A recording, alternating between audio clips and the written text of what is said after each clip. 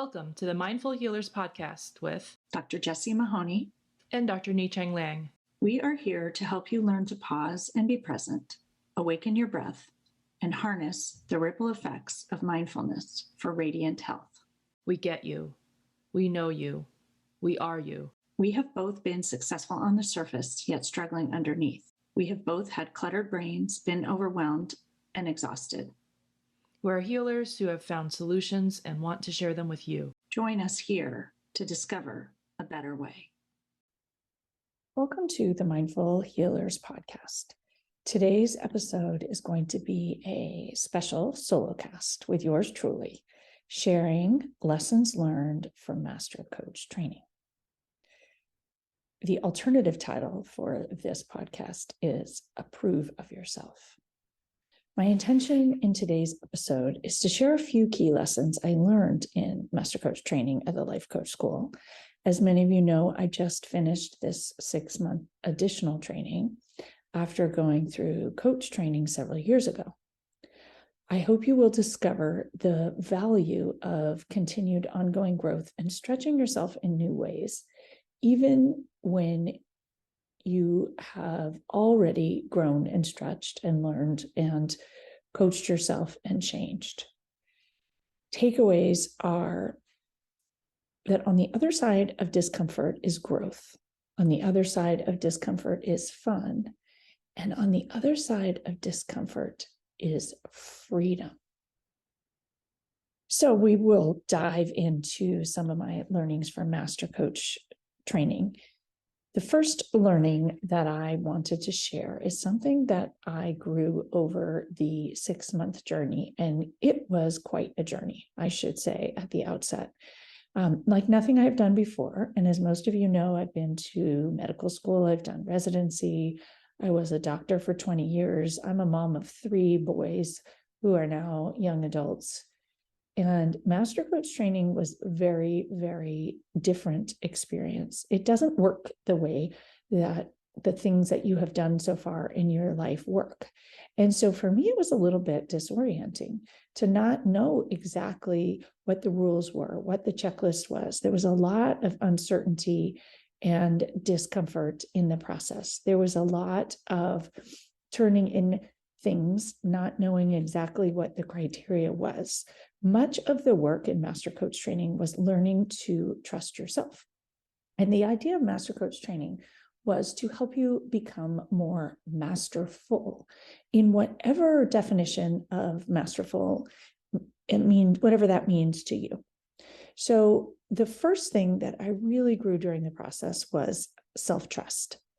And I realized along the way that I had spent much of my life looking outside myself for answers and trusting other people, trusting that there was a right way and a wrong way.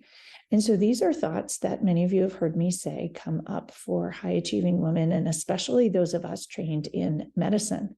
And so I had believed until this last 6-month process that still in the back of my mind that there was a right way and a wrong way, and someone knew what the right way was, and my job was to go out and get that information and learn it.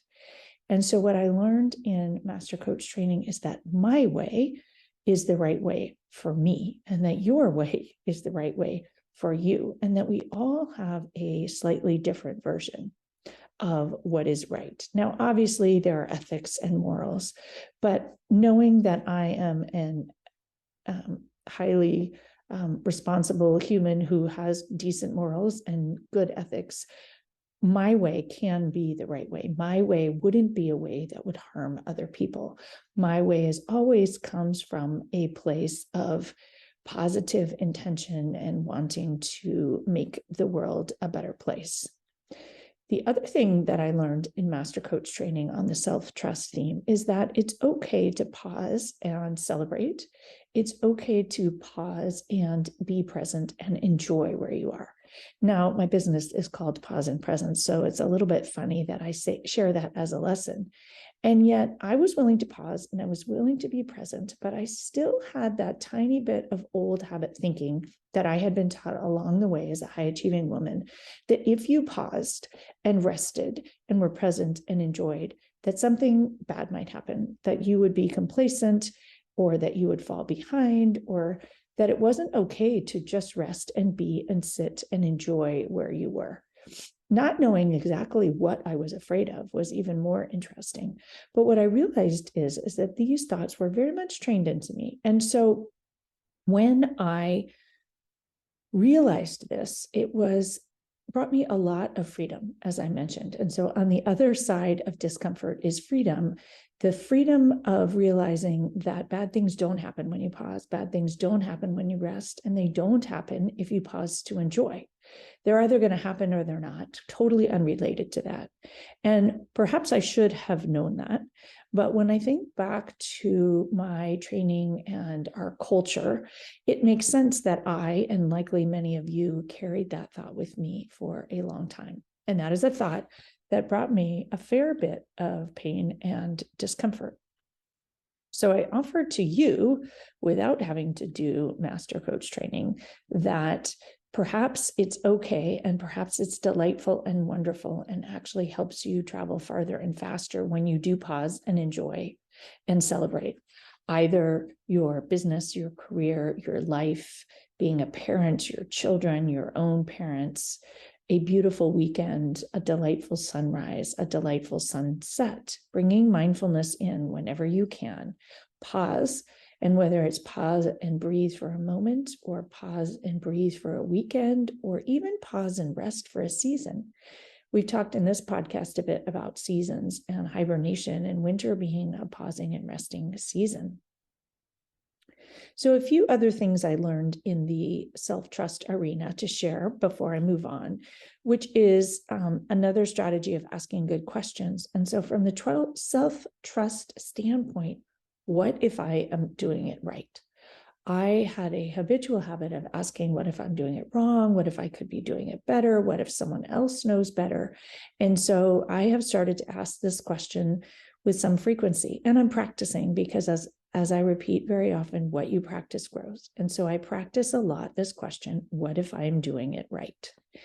It helps me feel more calm and more grounded, closer to confident. And as a female, high achieving female, most of us struggle with confidence. But asking this question, what if I'm doing it right, helps me trust myself. It helps me notice the times that I have done it right. It helps me notice what is working, and helps me step out of the catastrophizing and negativity bias that is inherent in all of us.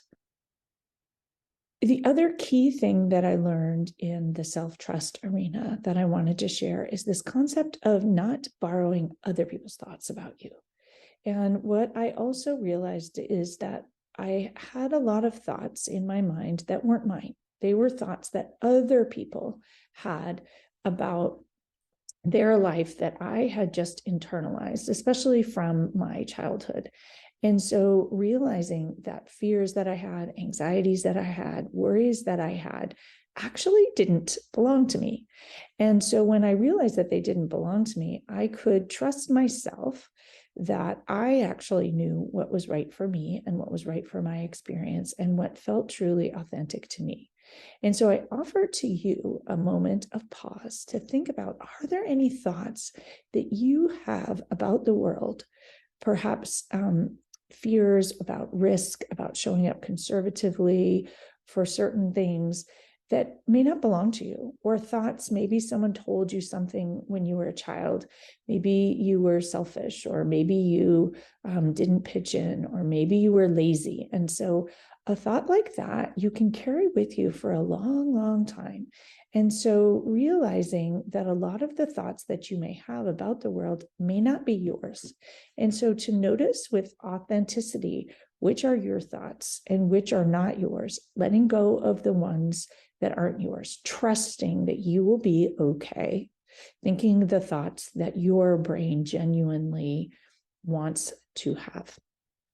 So the second big area beyond self-trust is actually to go beyond self-trust, and also to go beyond permission, giving yourself permission to do the things that you like, which is something that we have talked about in this podcast in an earlier episode. about giving yourself permission. And I do encourage all of you to go back and listen to that juicy episode from about a year ago.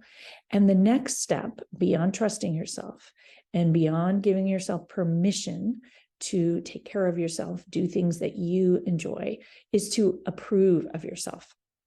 And for me, this was a huge thing. I realized about 2/3 of the way through when I was asked this question about approving of myself and why wasn't I approving of my journey.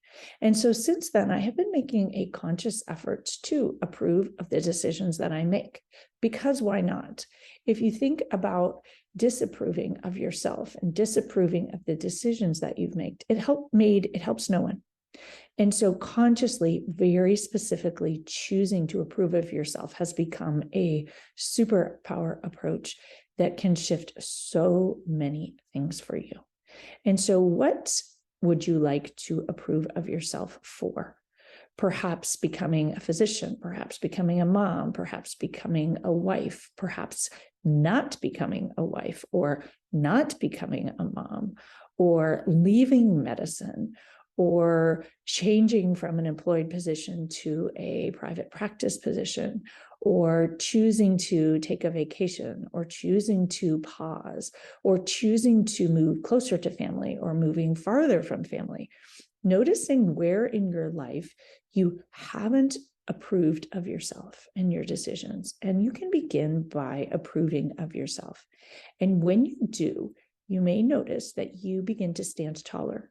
You sparkle a little bit more. Perhaps you're a little bit more radiant. And so one of my words, as we have been talking about words in my coaching circles, and I know that many of our listeners are working on their words for 2023, is going to be radiant.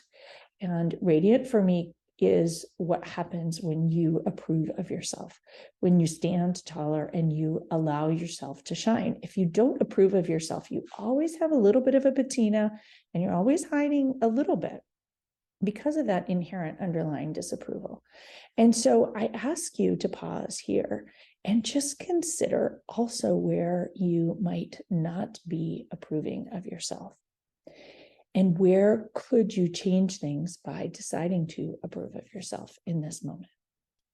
And as I move through the podcast from here, I'm going to share a bit about how to do all of this, some of the practicalities, and then a few more things that came up for me that I think are so valuable to share. And I want to throw out right here at the beginning that I'm putting a lot of content into this podcast without a lot of clear explanations and details, knowing that each one of these topics could be a podcast in and of itself.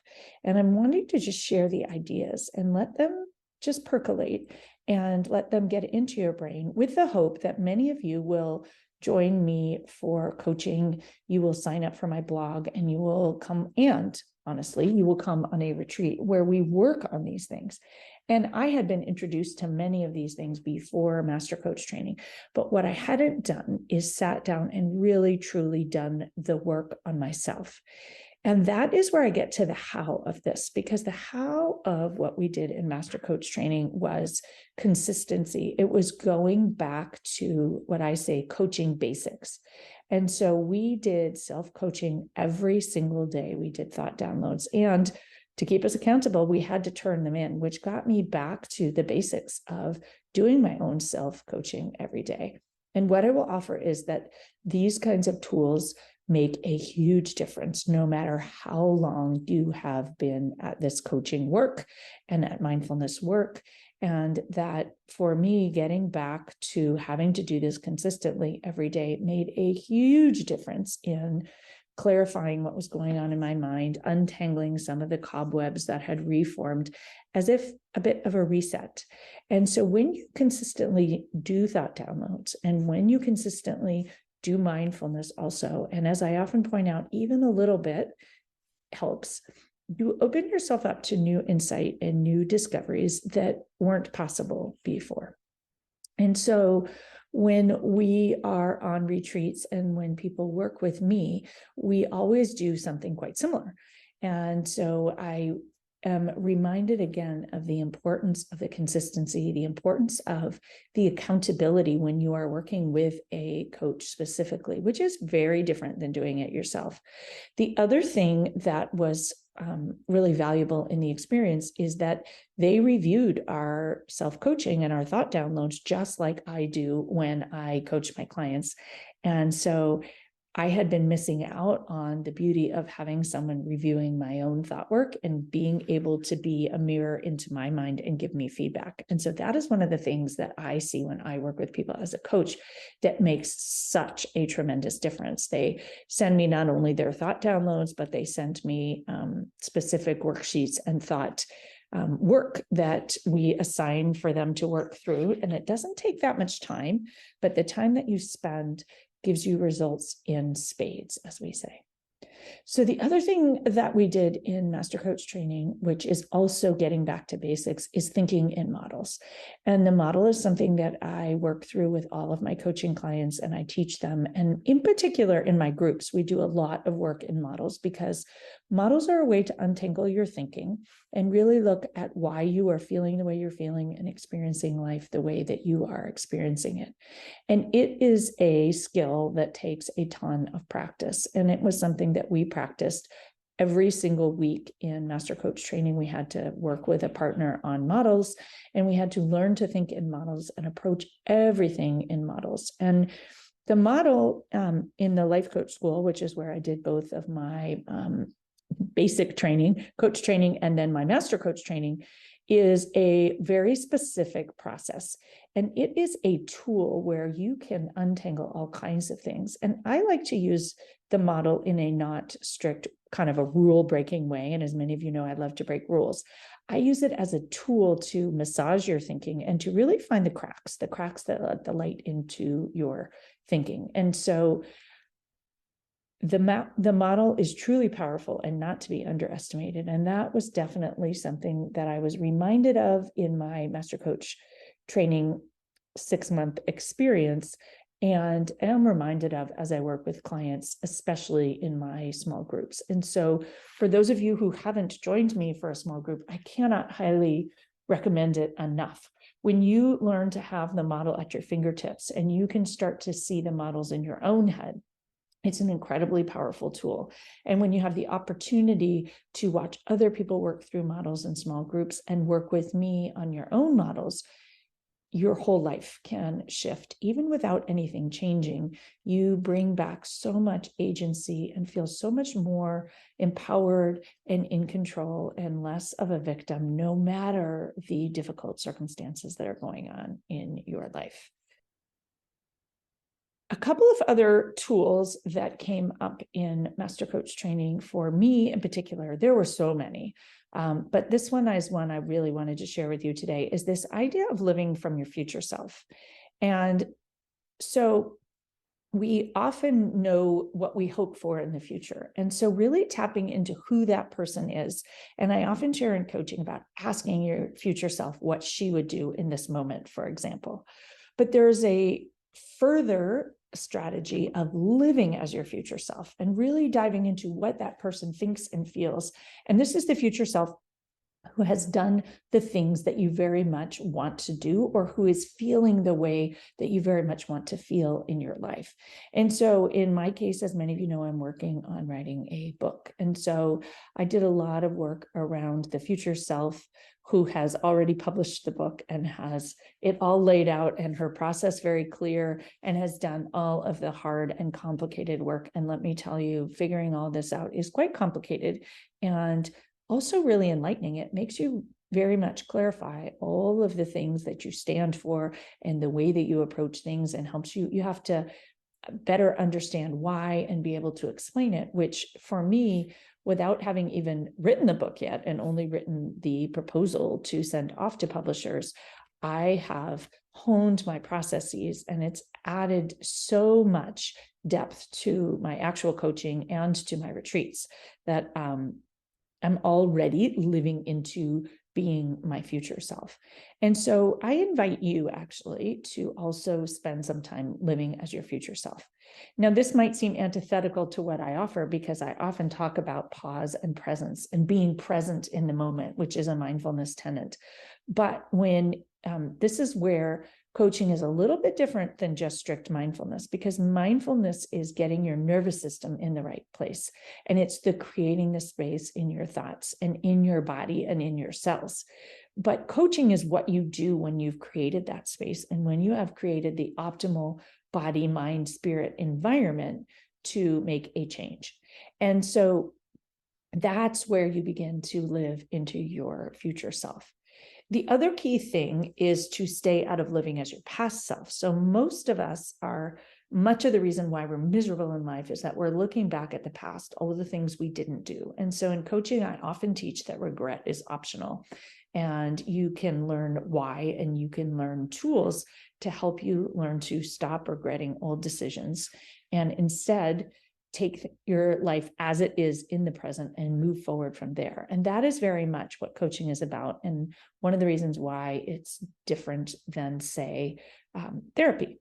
But this strategy of being your future self and making decisions from there and acting from there and practicing the things that you hope to have there in that future space where you're hoping to get through is one of the most easeful ways to create the reality that you want. And so you don't have to willpower your way there. You don't have to work harder and do more. And that's one of the things that I find in coaching that I see where it hasn't worked for people is that they are using the coaching against themselves. They're willpowering thoughts. They just want to accomplish something and more and do it and push. And this is something in our society that's really taught. And so when you live as your future self and you're living into those feelings that you have, and most of us don't want to feel stressed and pushy and willpowery, we are living into the feelings of someone who's already accomplished and already done the things that we so want, then we are calm, then we are at peace, then we are trusting. It's also a way to get out of imposter syndrome and really to feel confident. We don't feel confident before we've done something. We feel confident afterwards. So when you practice living into your future self, you're practicing confidence, but you're practicing confidence from a place of accomplishment. And so as I often teach, confidence comes after you're capable. Confidence comes after you are courageous. Confidence comes after you've made the commitment to do something. And so if you think about my book writing, I've made the commitment to write it. I have taken the courageous step to start doing it. I'm working on the capable part, and I don't have the confidence yet. But when I live as my future self, I do have confidence, and that makes the writing so much easier. And so rather than fighting with myself about imposter syndrome and self-doubt and inadequacy, I can just live into that confidence with ease, imagining how I'll feel when I have a New York Times bestseller. And it makes it so much easier to sit down and write without all of those other heavy, nagging thoughts. So again, I bring this idea of on the other side of discomfort is freedom or liberation. Because when you're able to live as your future self, you have freedom from all of these old, we call them in coaching, limiting thoughts or limiting beliefs, or as I like to call them, troublemaker thoughts and old feelings and patterns. And you're able to move forward with much more ease. So another thought to share with you, learned through my master coach training and also probably just my life. And, it's funny, I'm attributing all of this to master coach training because I've been through this very intensive 6-month experience. But these are things that I have learned over the last 5 years in my coaching journey and being a full-time coach over 3 years. But I think when you pause and you really invest in yourself in 6 months, and so I essentially did what I ask so many of you to do for yourselves, invested in myself, invested in my own coaching, invested in my own growth. And on the other side, I am choosing words for next year, such as radiant and assured and fun, which for me is a really new and delightful, spacious place to be living. So the next tool that I wanted to share is building on your strengths and using your strengths, owning your strengths, and living from a place of your strengths. And so staying in your strengths zones. And this takes knowing what your strengths are. And so my personal strengths, I see as I'm more of a creator and a visionary. My human design is as a manifester. So I'm someone who likes to initiate and create and always be creating and always be in the innovative realm. And so realizing that those are my strengths and building on those. And that is why I'm always creating and offering new, better things. I don't just offer the same thing over and over again. My retreats each time are better and personalized and innovative. And that comes from knowing that that is my strength. So I'm not a planner with a checklist. I never have been. I'm also a teacher, wise, calm, grounded, and very heart-centered. And so if I realize that those are my strengths, I make decisions from that place. And so when I notice I'm not in that place, you can go back to your strengths, remembering your strengths, not focusing on your challenges and your obstacles. And so I invite you here to pause and take a moment and think about what your strengths are. Write them down, own them, and actually build on those. Make a decision to grow your strengths. Create a life where you live more from your strengths than your challenges and your obstacles. So when you've taken a moment to connect with your strengths, and if you need more time, pause and take a moment to do that, or do it after you've listened to the podcast if you're driving or walking. I do want to reflect on the fact that it is really important to know your challenges and your obstacles. And these became very obvious in Master Coach training, and they're a big part of the discomfort zone. So on the other side of discomfort is freedom. And for me, challenges and obstacles include things like shame and fear of rejection. And I know many of you hear me talk about shame, blame, and guilt. And we've talked a bit about people pleasing and fear of rejection. And I don't know a female physician or a female or a high achieving woman who doesn't struggle with those. I also have indecision as a challenge and an obstacle, not owning my wisdom, as I mentioned, the self-trust and lack of approval. So I'm much better at this now. And I'm an expert at indulging in self-doubt and confusion.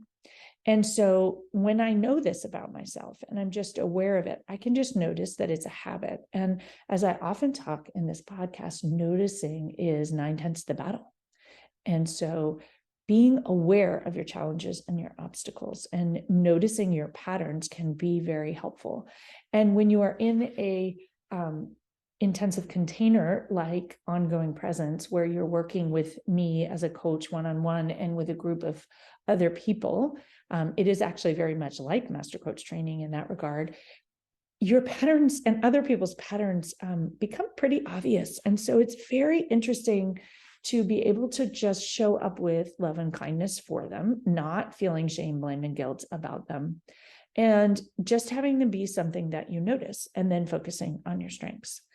Other challenges and obstacles for me that I found this experience, intensive experience over the last 6 months, super helpful with were still a reticence to show up fully and brightly and shining. And this is something that we've talked about a lot in this podcast. And so I just also like to point out that these things are always a work in progress. My light is shining brighter and brighter and brighter, as I think most of you who listen to this podcast would agree, but it's still not fully shining. I often talk about showing up as a lighthouse. And so thinking that, right, I'm still cleaning my windows and I'm sometimes need a new bulb. Urgency is another one. So urgency is trained into us societally. So stepping out of urgency and being a little bit more patient and being content and knowing that this is something that is trained into us and societally. And so that it is very uncomfortable to step out of it. So again, this discomfort is the price of liberation. When we allow ourselves to feel the discomfort and sit in it, it's an incredibly powerful tool that gifts us that fun and freedom and growth on the other side.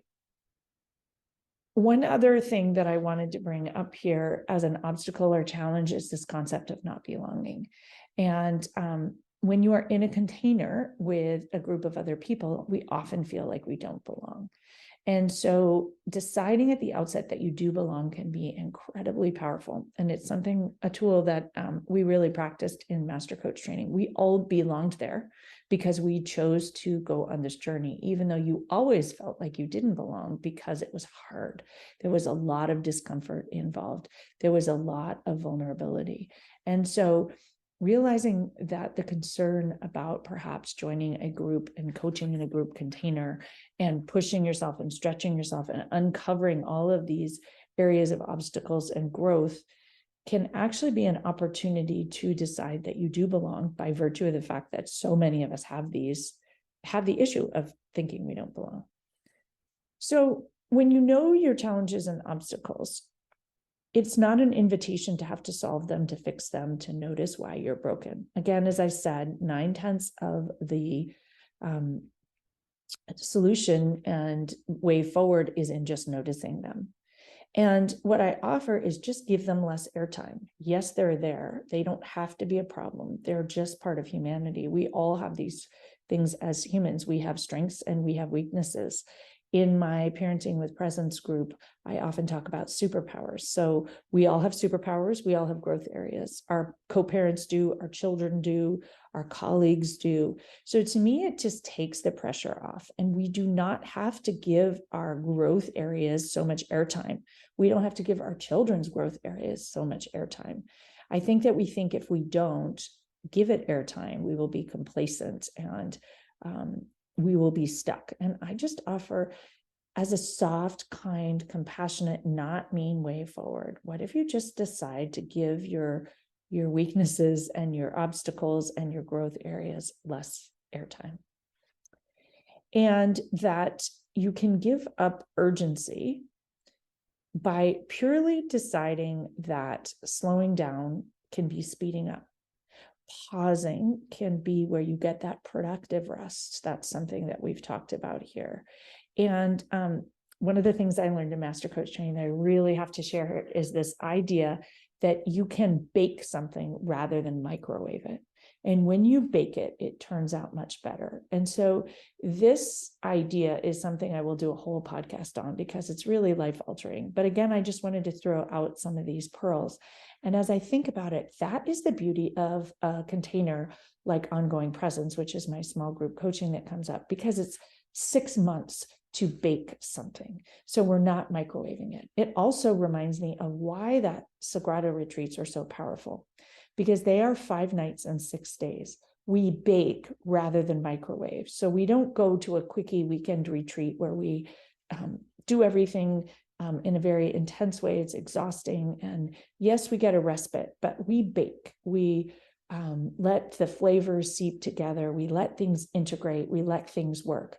This is also how I approach my one-on-one coaching. I don't meet with people every week unless they're having an urgent issue. We meet every other week. And I firmly believe in time to integrate. And I firmly believe in time to practice mindfulness and do your thought downloads daily. It's baking rather than microwaving. And many of you will think this funny. I don't even own a microwave for that reason. And now I grew up in a family where my parents were concerned. I grew up in Berkeley in the 70s, and they were concerned about microwaves and cancer. So we never had one there either. But I just love this idea of baking. And as the wife of someone who loves to cook and make delicious food, and as those of you who have come to my retreats know, my husband's a spectacular cook. He bakes. Everything takes time. And even melting the butter yourself, as opposed to putting it in the microwave, the results are completely different. And so for me, this is a conflict avoidant way around urgency, choosing to bake rather than microwave. And so I offer that to you as a bit of a gift as you're moving forward. So 2 more things to share.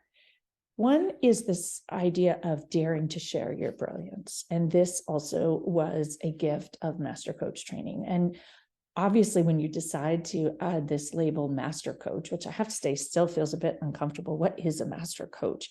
It's an open invitation to share your brilliance, what you're good at. It's an open invitation to stop playing small. And I encourage all of you to think about what would happen if you dared to share your brilliance. And then why wouldn't you? Why wouldn't you go after your dream? Because so many of us hide. And for me, I have been hiding for a long time, and only in creating pause and presence and creating these retreats and creating coaching in the way that I do, I have decided to dare to share my brilliance. And I know that so many of you have benefited. And I think that we are afraid. We're afraid of what other people will think. And so this idea of daring to share your brilliance was really eye-opening and heart-opening to me.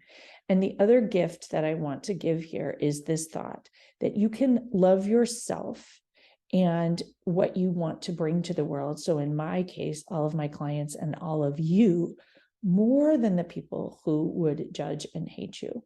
And so for me, it's loving myself and loving my clients and those who come to my retreats and those who coach with me and those who do yoga with me and those who listen to this podcast, more than the haters, more than the people who say, well, I don't know why she's doing that, and this isn't right and that isn't right. There will always be people out there who won't like my particular brilliance, but that I love myself and I love my clients and I love the impact on the world and the beauty that has been created through pause and presence. And when I see people who've joined me in different things, living their lives completely differently and sending me beautiful cards and feedback and even chocolate. I got chocolate today in the mail to enjoy as a thank you for someone who came to the last Sagrada retreat. When I see that beauty, I can love into that and know that when we dare to share our brilliance, amazing things can happen. And so I encourage you to love yourself and your gifts and the people that you can help more, whether it's in the exam room, as a physician, whether it's as a mom, whether it's leaving medicine, whether it's starting your own business, whether it's starting your own podcast, whether it's practicing medicine and or law and or living your life in a way that's truly authentic for you. What if you trusted yourself and approved of yourself enough to share your own brilliance? So the very last thing to share is another gift, which is sometimes people use coaching against themselves. And we use coaching to say that we're going to change our thoughts and we're going to learn to like things as they are. And yes, that's helpful. And when we get to neutral, and I recently wrote a blog post about neutral that I know has resonated with many people, and neutral as amazing and as a superpower, especially during difficult times. So it is helpful when you get to neutral. It's helpful to have clarity. It's helpful to see a way forward. But that also doesn't mean that you shouldn't change the circumstance. It doesn't mean that you shouldn't leave your job. It doesn't mean that you shouldn't change your marriage. It doesn't mean that you shouldn't move. It doesn't mean that you shouldn't make decisions that involve changing a circumstance, which for those of you who work with me know that that's part of the model. And so this was a gold nugget of wisdom that was actually given in our very first session of Master Coach training. That just because you are a master coach and just because we can manage our mind, or a simpler way to think about it is choose different thoughts or choose different sentences or practice different sentences. Notice how different that feels than managing your mind. Sometimes we want to change the circumstance, and that doesn't make you a bad person. It doesn't mean that you are avoiding or buffering, etc. So I want to give you that gift as well, that sometimes we need to and want to change the circumstance. And that is true if you are in a toxic marriage or a toxic work situation, or perhaps I can't even know what it might be. And I also want to give that it doesn't have to be toxic. Sometimes we just want to change the situation so we can work on our mind less, so we can manage our mind less, so we can focus less on changing sentences in our brain. Sometimes we worked on changing sentences and changing sentences and changing sentences and worked on ourselves, and there's something we still really want. And so it is okay to change the circumstance. And I will give the example of my own changing my career, in that I did all the work. I got to neutral. Neutral was amazing. I still loved my pediatric practice. I loved working on wellness in the institutional level, and I had something else that I really wanted to do. And so in order to stay, I would have had to manage my mind and think a lot of different thoughts and be dim my brilliance in order to do that. And so I want to offer to all of you that if there is something, a C that you really want to change, and again, for those of you who are new to the model, a C is the circumstance. Perhaps it's where you live. Maybe you want to move. Maybe you want to change a job. Maybe you want to change a spouse. Maybe you want to go on a different vacation or take a trip. We don't have to manage our mind about where we are and to make it all fine. We also get to live. And so this is, again, on the other side of discomfort is freedom. And so realizing that sometimes when we go to change the circumstance, there is discomfort, but sometimes we want to. And so it isn't just changing your thoughts. It can be changing situations as well. And so as we get to the end of the podcast, I have thrown in a number of reflection questions along the way. So today I'm not going to end with our usual reflection questions. I'm going to end with a wish for all of you to listen to this podcast and again, and re-listen to it and consider how you might want to bring some of these things into your life. Maybe you want to ask, what if you're doing it right? Maybe you want to relax in and trust yourself more. Maybe you want to stop looking outside of yourself for answers and show up as the answer. Maybe you want to experiment. Maybe you want to be bold. Maybe you want to decide that your way is okay. Maybe you want to stop borrowing other people's thoughts about you. Maybe you want to let old stories be old stories.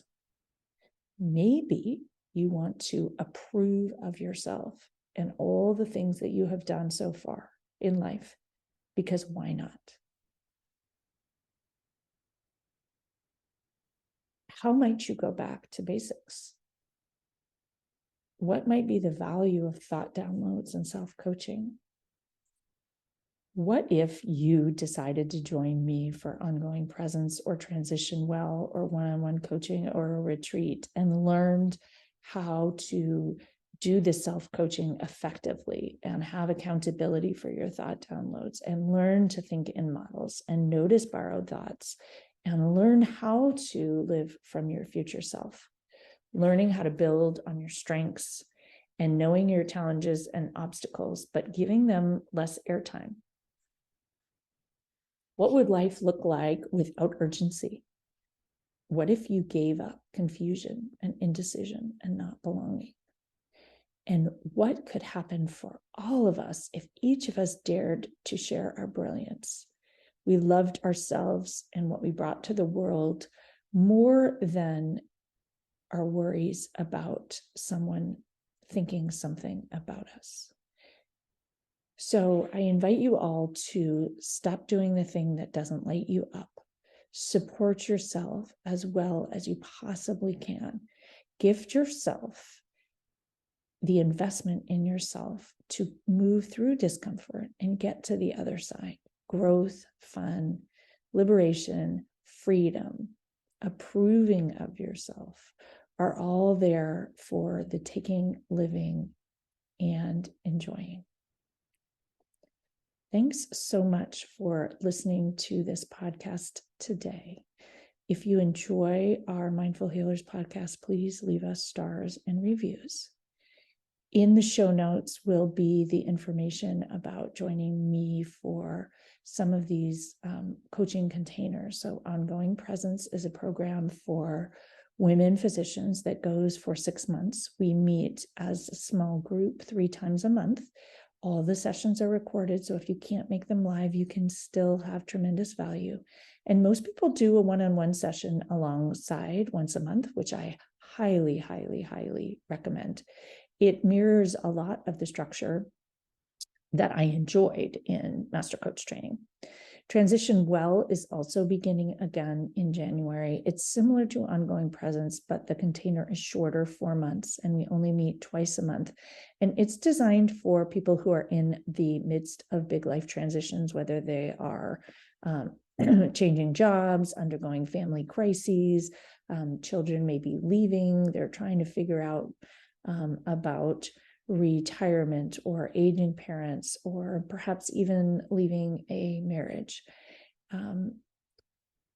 People come to it from experiencing transitions of all kinds, and I would love to have any of you join. We just finished up Transition Well last week, and it was just a delightful, warm, nourishing, nurturing container for folks who are going through transitions.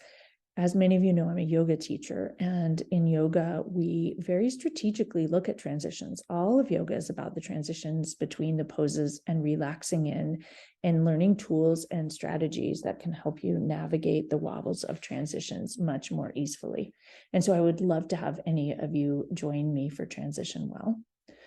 I have a couple of spots for one-on-one coaching in 2023. So if that feels like where you need to start, I would love to have you start there. Many people start with a round of one-on-one coaching and then transition into a long-term group as well.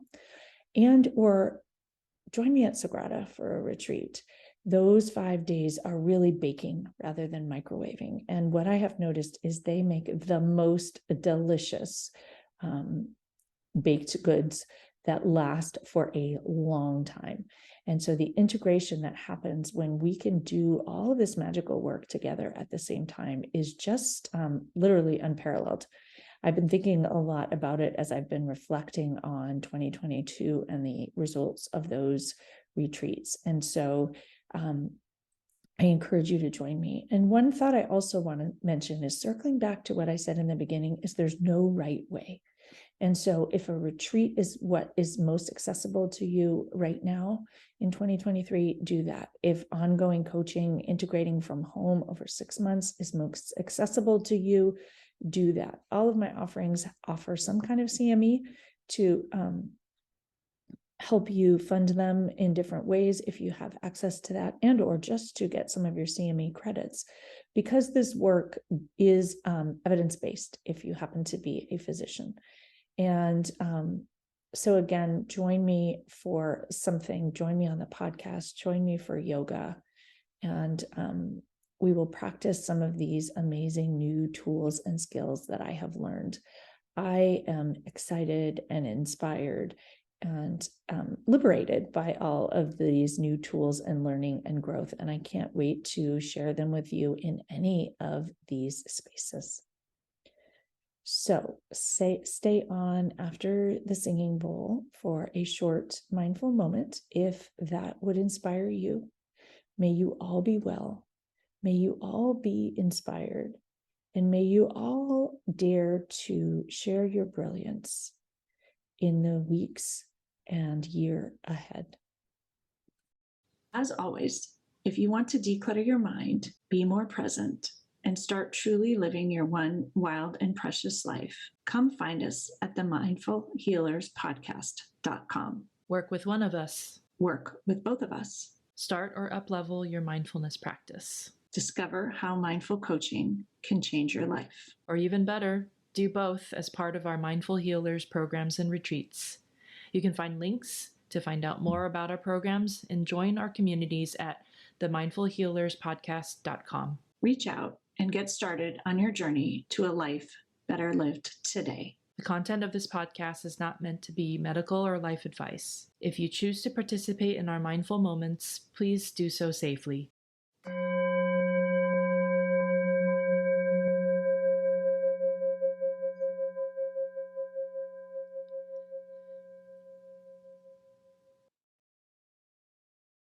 Welcome to today's mindful moment, a short practice with Dr. Jessie Mahoney. Today's practice is an invitation to relax in, to consider when you are approaching something difficult, something out of your comfort zone, when you find yourself uncomfortable. The practice of relaxing in and softening is magic. And so I invite you to find a comfortable seat, connect your sit bones into whatever you are sitting upon, and tilt your pelvic bowl forward and align your spine. If you're driving or in an unsafe spot, please opt out. Take in an inhale through your nose, an inhale of acceptance. An exhale, resistance. If it would feel good, close your eyes and soften, if it's safe as well. And bring a hand to heart and another hand atop. Taking an inhale into that pocket behind the heart, the pocket that resists softening, the pocket that thinks you need to be hard-shelled and tough when you're facing discomfort, and softening into that. Inhale right into that pocket that tightens up when you face a challenge, and invite it to soften. Exhale, letting go of tightness and tension and resistance. An inhale of just a slight willingness, a willingness to relax and to relax in. Breathing in and enjoying. Exhale, let it go. And a moment to notice here how you feel. Survey the scene. Notice if you are experiencing resistance to softening. What would happen if you weren't struggling, stretching, holding yourself tight to make something hard happen? What if you softened a bit to relax into the journey, whatever it might be? A journey that's hard, a journey that stretches yourself, a journey that you don't like, a journey that isn't what you expected. Taking in a breath in through your nose. And an exhale, let it out fully. And another moment to pause and notice how you feel. This practice is an invitation to soften to whatever's ahead. Notice if you're holding yourself tight, expecting bad news, preparing yourself for bad news, preparing for the hard, steeling yourself. And an invitation to use the breath to soften, to relax, to notice how, just like in yoga, the hard pose is easier when we soften in. Taking in another inhale in through your nose and out through your mouth. Notice how you already feel softer. What might happen if you approach a current or future challenge with a little bit more softness, a little bit more ease? Might different avenues open up? Might you be able to see a different path forward, a way to connect, a way to experiment, a way to explore, a way to enjoy? Taking in another inhale through your nose. And an exhale through your mouth. Let it out. Relax. And survey the scene once again. Notice if you feel any resistance to relaxing.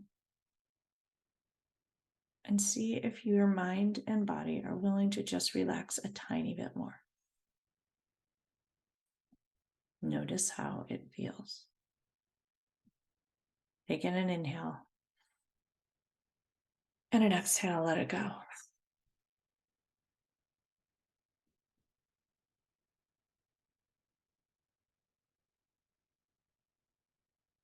When you're ready, you can lower your hands and open your eyes and just notice what feels different.